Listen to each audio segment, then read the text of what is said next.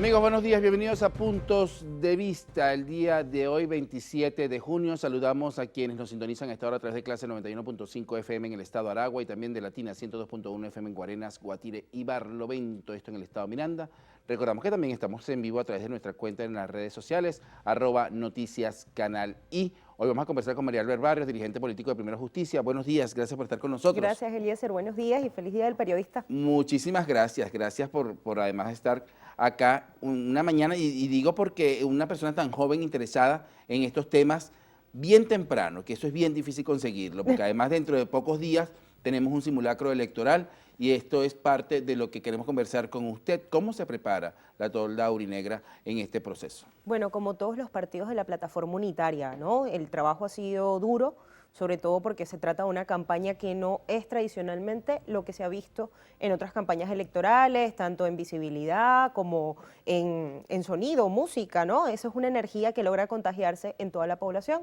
Esta ha sido una campaña bastante particular que ha demandado mucho trabajo de fuerza a lo interno, de organización, de articulación, además de estar al día con los distintos cambios que se vienen dando con las instrucciones, más que las instrucciones, con las normativas que se emanan del Consejo Nacional Electoral y donde, bueno, nos ponemos a prueba constantemente, no solo en la militancia y en la organización de los distintos cuadros del partido, sino también en la capacidad de poder articular a personalidades de la sociedad civil, de la misma ciudadanía, para sumarles a ser parte de este proceso que aspiramos nosotros podamos transformar desde el 28 de julio como una nueva etapa para el país. Para cumplir eso, ¿qué está haciendo el candidato de la plataforma unitaria para dar a conocer su propuesta de gobierno? Bueno, en principio, lo típico, los recorridos, el contacto, pero particularmente en esta campaña podemos reconocer que el candidato se ha reunido con distintos gremios, con distintos sectores, buscando pues poder estar al día de lo que son las demandas. Yo creo que aquí, de alguna forma, rara vez podemos decir que los electores y las electoras votan por un plan de gobierno. Siempre termina votándose por un mensaje. Claro, pero hay que saber qué es lo que va a llevar ese mensaje, sí, ese plan. Sí, pero yo quiero rescatar lo que significa el votar por un mensaje, y el mensaje del candidato aquí es el mensaje de la transformación, desde la inclusión de todos los sectores, para que aquí cada venezolano y cada venezolana pueda ser parte y protagonista del cambio que aspiramos. Ese plan de gobierno, mira, yo te puedo decir que lo primero que tiene que tener es el tema de la recuperación económica.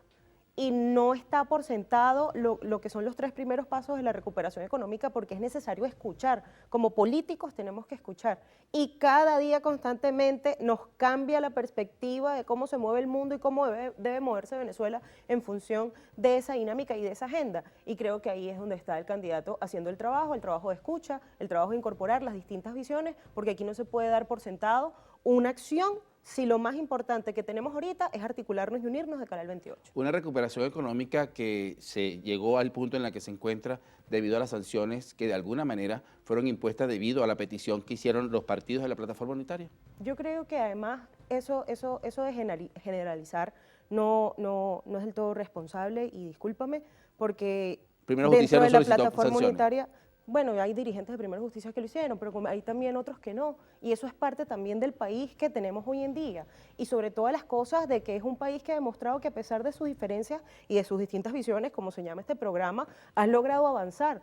Hoy podemos reconocer que no son solamente esas medidas las que han afectado la economía del país. Aquí ha fallado la productividad, aquí ha fallado la inversión, aquí se ha demostrado que ha habido corrupción. El mismo Estado ha tenido que detener personeros que incurrieron en actos de corrupción. Y eso lo que demuestra dentro de todo es que la dirigencia política tiene que estar a la altura de lo que demanda el país. Y creo que es momento ya de ponernos serios y ver que la única forma de sacar este país adelante es entendiendo que a pesar de las diferencias nos reconocemos para construir esa Venezuela que todo el mundo quiere. ¿Y qué hace a Primera Justicia ese partido serio que debe reconocer y no cualquier otro partido político de los que se miden en el país? ¿Qué debe reconocer qué? Que deben tener esa política de altura. Bueno, mira, en principio el debate constante. Primero Justicia se ha caracterizado precisamente por tener distintas visiones del país, y lo que nos alimenta y nos mantiene realmente es el debate constante de lo que atravesamos. Tanto es así que nos ven desplegados tanto quienes acompañan lo que está haciendo María Corina, como los que están acompañando lo que está haciendo Edmundo, que es lo mismo, porque forma parte de la política de la plataforma unitaria sobre la candidatura y sobre nuestro propósito de ganar el próximo 28 de julio. También decir algo, ¿no? Estamos hablando de Primero Justicia, pero es un partido que está judicializado. Le dieron nuestros símbolos y nuestra tarjeta a alguien que no forma parte de la estructura tradicional de Primero Justicia. Y esto también demuestra de todo lo que queda por hacer para rescatar la dinámica política normal, donde el poder llevar los símbolos y la identidad de tu partido no sea un problema y no tengas que aclarar estas cosas porque hay un tribunal que decide por la voz de miles de militantes. Y esto, bueno, entrará también en la agenda del cambio post-28. ¿Qué está pasando con esas siglas, con esa tarjeta de Primero Justicia? ¿Cómo de alguna manera ustedes piensan recuperarla o tener nuevamente estos símbolos? Mire, todo pasa por la reinstitucionalización del país y yo creo que a partir del 28 de julio estas elecciones tienen que servir de alguna manera para atender la voluntad de cambio de todas las personas, independientemente del partido que estén. Y sin lugar a dudas, la agenda de los partidos entrará dentro de ese cambio y aspiramos, bueno, que podamos pues rescatar lo que son nuestros símbolos y nuestra tarjeta. Los cuadros políticos para este domingo, ¿cómo están preparados para repasar su maquinaria con miras al 28 de julio? Eliezer, lo más importante para nosotros hoy en día son los testigos, ¿sí? Y estamos, bueno, alistando, chequeando, auditando esa lista constantemente. Recientemente salió una normativa de que ahora los testigos tienen que ser, pues, y votar en el centro de votación que representan, y literalmente estamos actualizando esos datos para estar este próximo domingo al día. Ese reglamento es desde 2013. Ayer estuvo acá el rector del Consejo Nacional Electoral y nos aclaraba que ya se han hecho 9 elecciones con este reglamento en que los electores deben pertenecer al mismo centro de votación donde son testigos de alguna dirigencia política. Así sí, Eliezer, lo que pasa es que esos reglamentos a veces se acatan y no se acatan. Te lo puedo decir yo, por ejemplo, con el tema de la paridad, la presentación de candidaturas de paridad, y eso no se demuestra al final a la hora de una elección. Entonces, bueno, eso es parte, ¿no?, de la dinámica propia de la campaña típica, y lo importante aquí es que los partidos de la plataforma unitaria están en eso, pues, trabajando para este domingo. La candidata que fue electa en unas elecciones primarias, sigue haciendo un recorrido por Venezuela. ¿Cuál es el sentido si no es candidata? Mira, el sentido de sumar fuerzas, ¿no? Yo creo que sí hay algo que el país siempre demanda es que haya unidad, y creo que se lo demanda además a todos los polos, ¿no? Claro. Y sin lugar a dudas ha logrado aglutinar una manifestación de cambio y de voluntad importante, y está muy bien que lo haga, porque eso también conecta con la legitimidad que tiene cualquier liderazgo para poder vender su mensaje, para poder vender su plan. Al final todo eso no decanta en que tenga la palabra final o el poder absoluto de determinar cómo cambian las cosas. Lo que demuestra es que aquí las cosas han cambiado. Este no es el país de hace 5 años, este no es el país ni siquiera de hace 3 años. Y una nueva correlación de fuerzas políticas tendrá que sentarse, dialogar, negociar en nombre de todo el país. ¿Qué diferencia Venezuela hace 5 años, hace 3 años, al día de hoy? Vamos a hacer pausa. Vale. De regreso seguimos conversando con Marielber Barrios, dirigente político de Primero Justicia. Ya venimos a estos puntos de vista.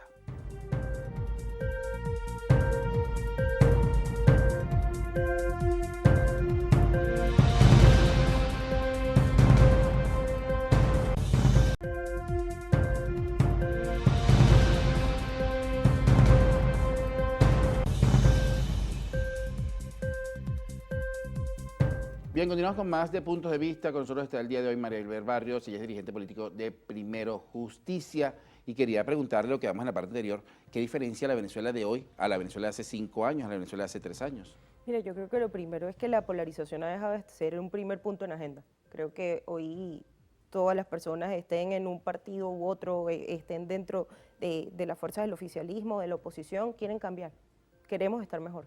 Y eso significa una oportunidad para poder llevar adelante la política con altura, ese sentido de escucha que te decía en la parte anterior, ¿no? Y sobre todo que entendamos que en el diálogo hay una oportunidad también de reconocernos y de crear cosas. Yo creo que esa es una dinámica que no debe perderse.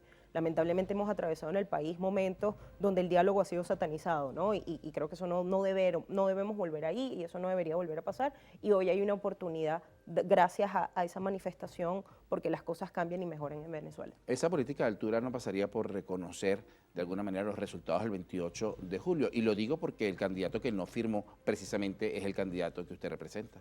Mira, creo que es parte también de esta campaña típica, ¿no? De aquí a 2 semanas todo puede cambiar y creo que eso está en los cálculos de cada comando de campaña. Como por ejemplo.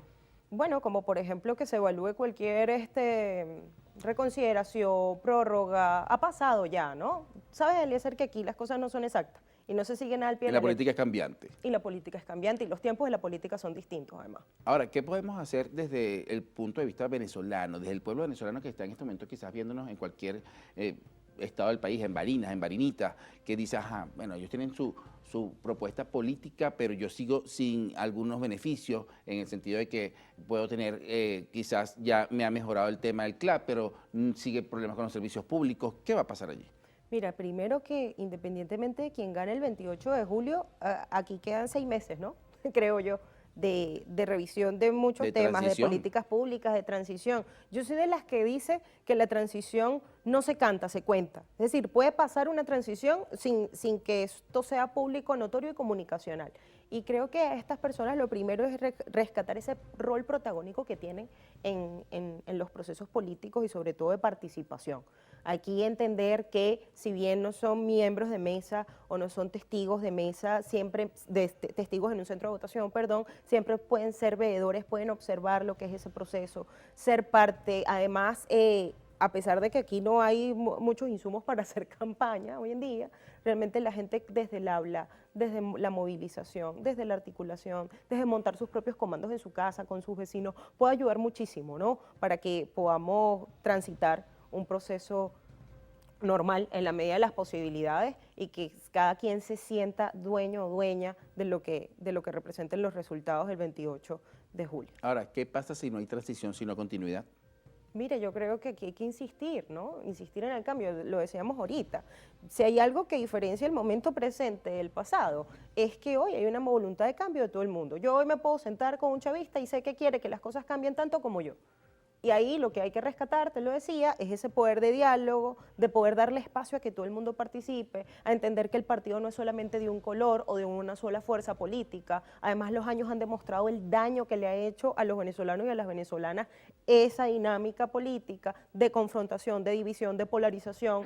Lo mismo que además cómo ha afectado a la migración y cómo ha terminado afectando a la familia venezolana. Y creo que hay una oportunidad de centrarnos en trabajar en políticas reales y en tareas concretas. Hablabas, por ejemplo, de los CLAP. Bueno, yo creo que aquí hay que hablarle a la juventud. Eso que me decías más temprano, te levantaste, viniste, sí, bueno, porque tengo toda mi vida en esto, pero hoy la juventud está desconectada de la política, así como mucha gente, precisamente por lo que representa la política en términos de violencia, de conflictividad. Bueno, ¿cómo conectarlos? Haciendo un llamado a que sean parte, sin estigmatizarlos, sin estereotiparlos, considerando además los que son los temas de hoy en día, del emprendimiento, de la independencia económica, de cómo cada joven puede desde su profesionalización o desde una carrera técnica emprender, tener una casa, un carro, porque eso tiene que ser un lujo en un país donde eso anteriormente era normal. Montar una familia a los 25 años era normal. Hoy hay jóvenes, adultos jóvenes de 33 y 35 años que no pueden hacer eso. Y creo que son temas que hay que abordar, así como pero ¿por qué no pueden? Porque quedarse en Venezuela es una decisión. Quedarse en Venezuela y estar acá es una decisión para quien decida quedarse. Y yo creo que más que quienes una decisión debería ser un derecho de que todo el mundo diga, es mi derecho quedarme aquí y no que tenga que convertirse en una necesidad o en un sacrificio. ¿Cómo es posible que vivir en nuestro país sea un sacrificio tanto para el que se queda como se va? ¿Es tan valiente el que se va como el que se queda? Ese no debería ser el debate. Es nuestro derecho vivir y progresar en nuestro país. ¿Es para usted un sacrificio vivir en Venezuela? De ninguna manera, es una elección, sí, pero mi familia está afuera. Hoy yo no puedo celebrar el Día del Padre con mi papá, yo no puedo celebrar el cumpleaños de mi hermana con ella, no puedo estar con mis mejores amigos, no tengo ni siquiera contacto con mi generación o con mi promoción de la universidad porque muchos se fueron y no porque yo haya decidido hacer política, que eso ya me hace algo bastante diferente, sino porque no está, porque se fueron, porque fueron a buscar una carrera en otro lado, porque aquí pensar distinto no necesariamente garantiza que puedas cursar la carrera que estudiaste, porque aquí pensar distinto a veces ni siquiera te implica hacer uso de tu ejercicio profesional o estar en un trabajo determinado donde quieras cursar, porque incluso hoy quien pueda trabajar en un ministerio o quien tenga que trabajar en la empresa privada, el sueldo no le alcanza. Y esas son las condiciones y esos son los temas reales que aquí como políticos, independientemente del color, tenemos que trabajar. Y si no le alcanzan, ¿por qué deciden quedarse en Venezuela? Bueno, porque es una forma también de decir, puedo reinventarme y como no me alcanza este sueldo, me busco otro trabajo o me busco tres, como le está pasando a mucha gente Y como hoy en también día. pasa en Estados Unidos, que tienes que tener 3, 4, 5 trabajos para poder sobrevivir, porque además sobrevives y no vives, sino que trabajas para vivir. Sí, Eliezer, lo que sí es que quiero que saquemos esto de una elección a entender que es un derecho y que lo normal debería ser que podamos vivir en nuestro país con un sueldo que nos alcance, vivir en paz y además con nuestra gente. Así es, definitivamente. Ese mensaje tiene que llegar a todo el mundo, pero también tiene que llegar a quienes han decidido regresarse. ¿Por qué se están regresando algunos venezolanos? Mira, yo creo porque de alguna forma prefieren echarle pierna aquí, ¿sí? Pero eso tendríamos que tener muchísimo espacio para conversarlo, porque al fin y al cabo las decisiones son muy personales y cada persona tiene una historia. Y los países precisamente deberían estar en condiciones para abrigar y soportar y aguantar y proteger. Y cuando digo abrigar me refiero a abrigo, cuando me refiero a soportar es de brindarle sostén a todas las historias de quienes hayan nacido en ese país. Y de quienes no también, porque aquí fuimos recepción de muchos colombianos, muchos portugueses, Totalmente. muchos italianos que Totalmente. llegaron a este país y que vivieron, y muchos de ellos viven y tienen grandes empresas de suelo venezolano. Sí, se quedan. Lo que pasa es que uno de los grandes retos hoy en día es acabar con la desigualdad. Y así como acabar con la desigualdad, con la discriminación. Mientras eso exista, hay un gran desafío para cualquier partido político y para cualquier dirigente, porque eso lo que demuestra es retroceso y hoy por hoy creo que el mundo y el mismo país demanda desarrollo y crecimiento. 7 de la mañana con 45 minutos, amigos. María Albert Barrios está con nosotros, dirigente político de Primero Justicia. Hacemos pausa y al regreso continuamos con más de Puntos de Vista.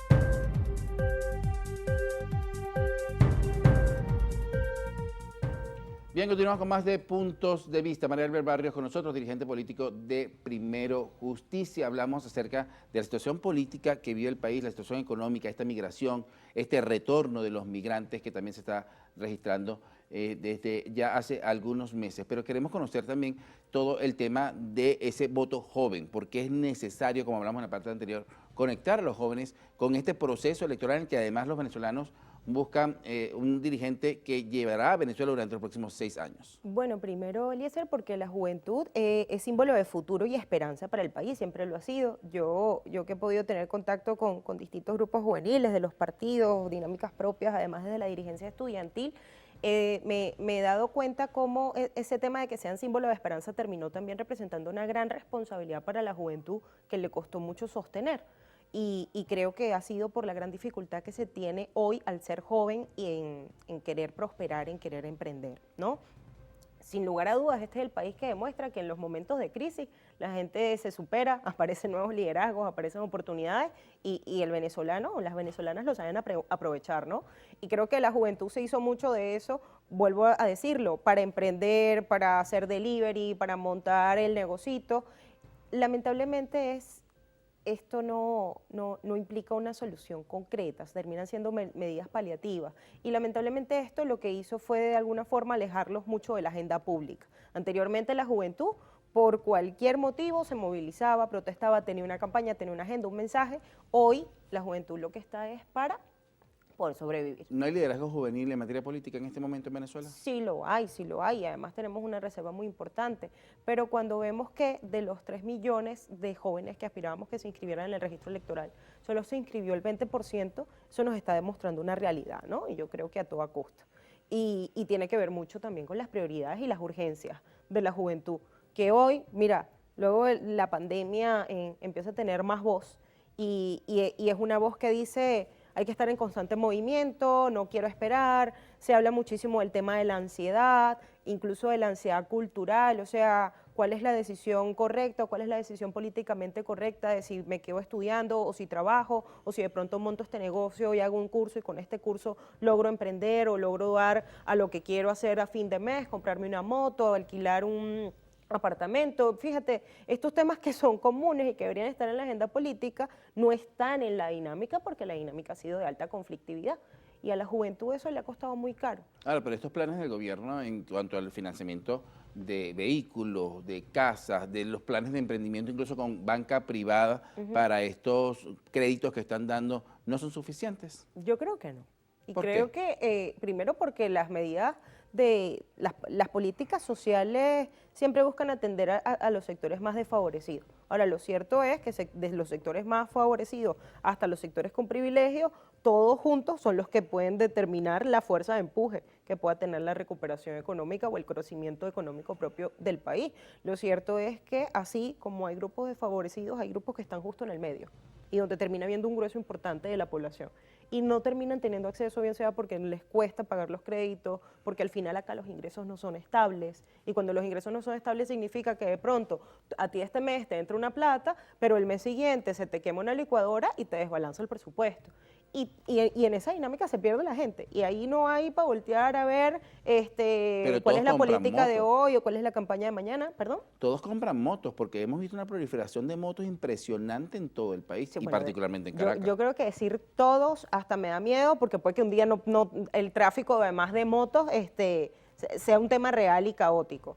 Lo que sí es cierto es que, bueno, que quien lo hace para emprender y la verdad es que ese emprendimiento no da para mejorar la calidad de vida.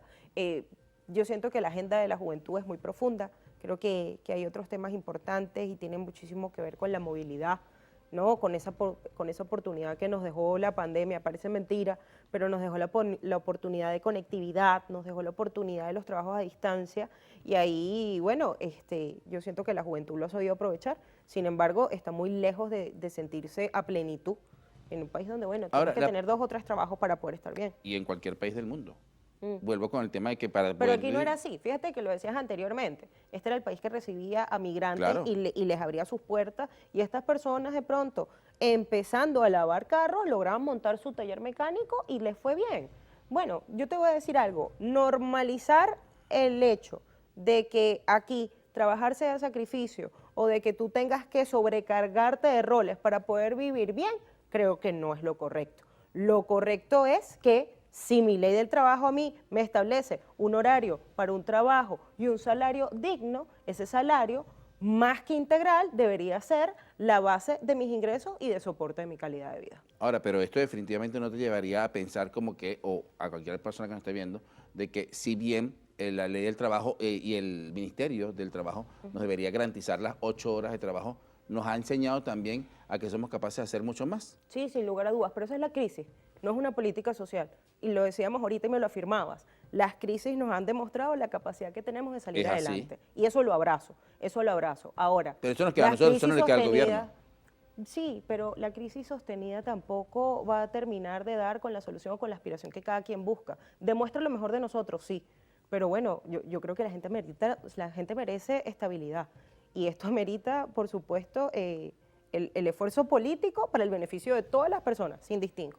Hablabas de la paridad de género hace unos minutos. Sí. El rol de la mujer en la política actual venezolana, el rol de la mujer en las calles venezolanas, cuando vemos unas madres que, como usted bien lo dice, tienen que tener 3 o 4 trabajos para poder sostener su hogar, su casa, y en muchas ocasiones son madres solteras que llaman. Sí. ¿Cómo está la mujer en este momento?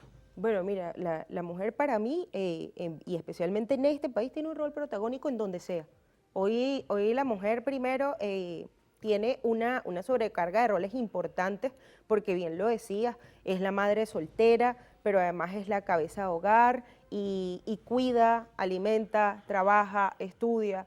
Y las mujeres en los procesos políticos siempre terminan metidas en la misma estructura electoral, cuidando votos o movilizando. Eso pasa en todos los partidos, eso pasa en el oficialismo, eso pasa en la oposición, y ahí lo que demuestra es la fuerza de empuje que tenemos para renovar y cambiar las condiciones de vida. Además, las mujeres tienen una particularidad y es la capacidad de negociar y de transformar los conflictos en sentidos de oportunidad para que cada quien ponga de su parte y puedan sacar soluciones colectivas. Eso lo he visto, además lo he visto desde que crecí en la universidad, lo vi muchísimo en Katia, el Junquito y la Pastora, cuando fui diputada, lo sigo viendo hoy en las calles de cuántas mujeres están emprendiendo, pero entonces cuando le ves al lado de la mesa tienen una planilla 1x10, independientemente del partido. Y creo que eso lo que demuestra es que hay una fuerza importante en el país que merece mejores condiciones de vida también.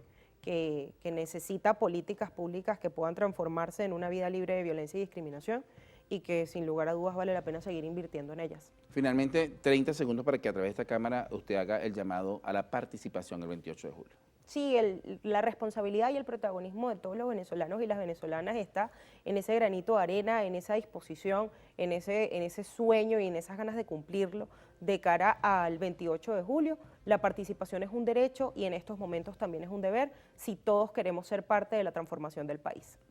Bien, muchísimas gracias por acompañarnos en la mañana de hoy. Era María Elber Barrios, dirigente político de Primero Justicia. Nos despedimos también de quienes a esta hora se conectaron a través de @noticias Canalí y también en el Estado de Aragua a través de Clase 91.5 FM y de Latina 102.1 FM en Guarenas, Guatire y Barlovento en el Estado Miranda. Todos los esperamos mañana a las 6:30 de la mañana cuando tenemos una nueva cita en Primero es Noticia y a las 7:30 nos vemos acá en Puntos de Vista. Que tengan todos muy feliz día.